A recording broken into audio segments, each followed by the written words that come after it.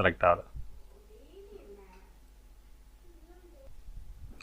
அப்போ 21,907 இதை பிரேக் பண்ண பட்சத்தில் மார்க்கெட்டை பொறுத்தளவுக்கு 21,823, அடுத்து 21,726, 21,658 இதெல்லாம் சப்போர்ட்டாக வாய்ப்பு இருக்குது.